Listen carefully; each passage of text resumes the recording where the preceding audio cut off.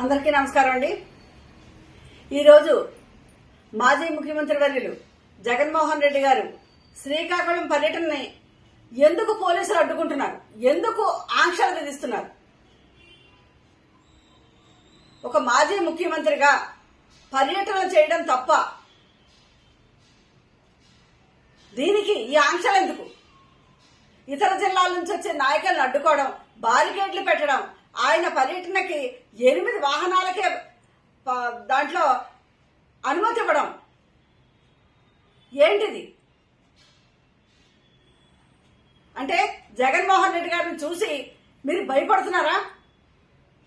ప్రజల్లో జగన్మోహన్ రెడ్డి గారు వెళ్ళకూడదు, ప్రజల్లోకి జగన్మోహన్ రెడ్డి గారు వచ్చేసరికి తండోపతండాలుగా వస్తున్నారు అని మీరు భయపడుతున్నారా?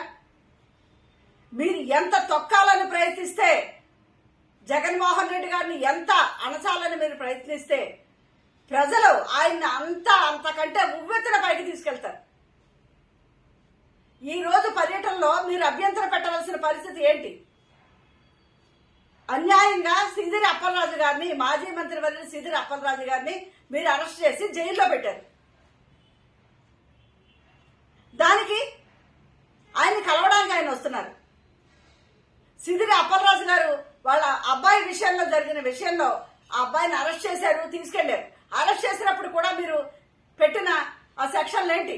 హత్యాయత్న కేసులు అన్ని పెట్టారు. అది చూసి అక్కడ వెంటనే జడ్జి గారు దాన్ని తిట్టడంతో వెంటనే మీరు దాన్ని కట్ చేశారు, అక్కడ నుంచి అన్ని తీశారు.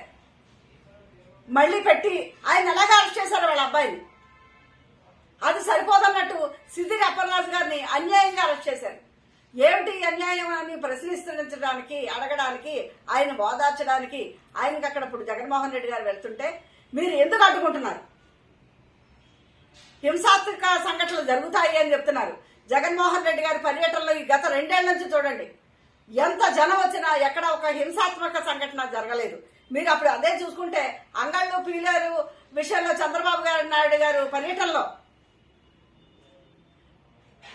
పోలీసుల మీద దాడులు, పోలీసు వాహనాలు తగలబెట్టడం, అది మీరు చేసే పని.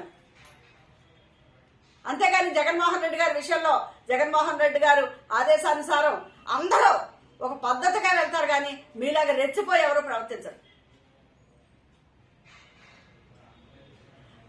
ప్రజాస్వామ్యంలో ఎవరైనా కలవడం లేకపోతే వెళ్ళడం ఎవరి హక్కు. ఇంకా రాజకీయ పార్టీలకి కొన్ని హక్కులు ఉంటాయి కదా, వెళ్ళడానికి, ఉండడానికి. అది కాదనడానికి మీరెవరు? పోలీసులను అడ్డం పెట్టుకుని ప్రజలకున్న హక్కుల్ని, మాజీ ముఖ్యమంత్రిగా ఆయన ఉన్న పర్యటనని అడ్డుకోవడానికి, ఆ హక్కుల్ని కాలరాయడానికి పోలీసులు మీరు ఆయుధంగా ఉపయోగిస్తున్నారా? మీరు ఎన్ని అపరాధాలు సృష్టించినా జగన్మోహన్ రెడ్డి గారి కోసం ఖచ్చితంగా ప్రజలు వచ్చే తీరుతారు. ఇంకా మీరు ఇంకో అడుగు ముందుకేసి చెప్పారట, జగన్మోహన్ రెడ్డి గారిని కలుసుకోవడానికి ప్రజలు ఎక్కువ వస్తే వాళ్ళందరి మీద కేసులు పెడతారని. పెట్టండి, కలుసుకోవడానికి వచ్చిన వాళ్ళ మీద ఎన్ని వందల వేల మీద లక్షల మీద పెడతారో పెట్టండి కేసులు. అవన్నీ పెట్టుకోవడానికి అన్నిటికీ సిద్ధంగానే ఉన్నారు ప్రజలు. ఎప్పుడెప్పుడు జగన్మోహన్ రెడ్డి గారు మళ్ళీ ముఖ్యమంత్రిగా చూద్దామా అని మువ్విళ్ళూరుతో ప్రజలు జగన్మోహన్ రెడ్డి గారు వచ్చినట్టు ఆయన కోసం చూస్తున్నారు. ఎందుకంటే ఈ 2 ఏళ్లలో మీరు చేసిన పరిపాలనలో మీరు చేసిన అవకతవకలు కానీ, ఇచ్చిన హామీలు నిలబెట్టుకోకపోవడం కానీ, శాంతి భద్రతలు ఎక్కడా లేకపోవడం కానీ, పరిధిని మించి చేసిన అప్పులు కానీ, ఇవన్నీ ప్రజలకు ఎప్పుడో తెలిసాయి. అందుకని మిమ్మల్ని ఎప్పుడు పక్కన పెడదామా అని చూస్తున్నారు. జగన్మోహన్ రెడ్డి గారిని ఎప్పుడు ముఖ్యమంత్రిగా చేసుకుందామా అని ఆయన ఎప్పుడు ఏ పర్యటన నిమిత్తం ఎక్కడికి వచ్చినా, ఈ జిల్లాల్లో ఇక్కడ వచ్చిన పక్కన ఉన్న జిల్లాలు, అవతల ఎక్కడో ఉన్న జిల్లాల నుంచి కూడా ఆయన కోసం తండోపతండాలుగా వచ్చి చూస్తున్నారు, ఆయన కలవడానికి చూస్తున్నారు. ఒక్కసారి ఆయన చూస్తే కూడా చాలండి.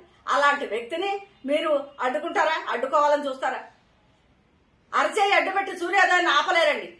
మీరు ఎన్ని ఆంక్షలు పెట్టినా మీరు ప్రజల్ని జగన్మోహన్ రెడ్డి గారికి దూరం చేయలేరు. ఒక రాజకీయ పార్టీగా, ఒక మాజీ ముఖ్యమంత్రిగా ఆయన హక్కుల్ని కాలరాయడానికి మీరు పోలీసులను అడ్డం పెట్టుకుని చూద్దామన్న పద్ధతి అన్నది చాలా తప్పండి. ఇప్పటికైనా ఈ పద్ధతి మానుకోవాలని మేము హెచ్చరిస్తున్నాం.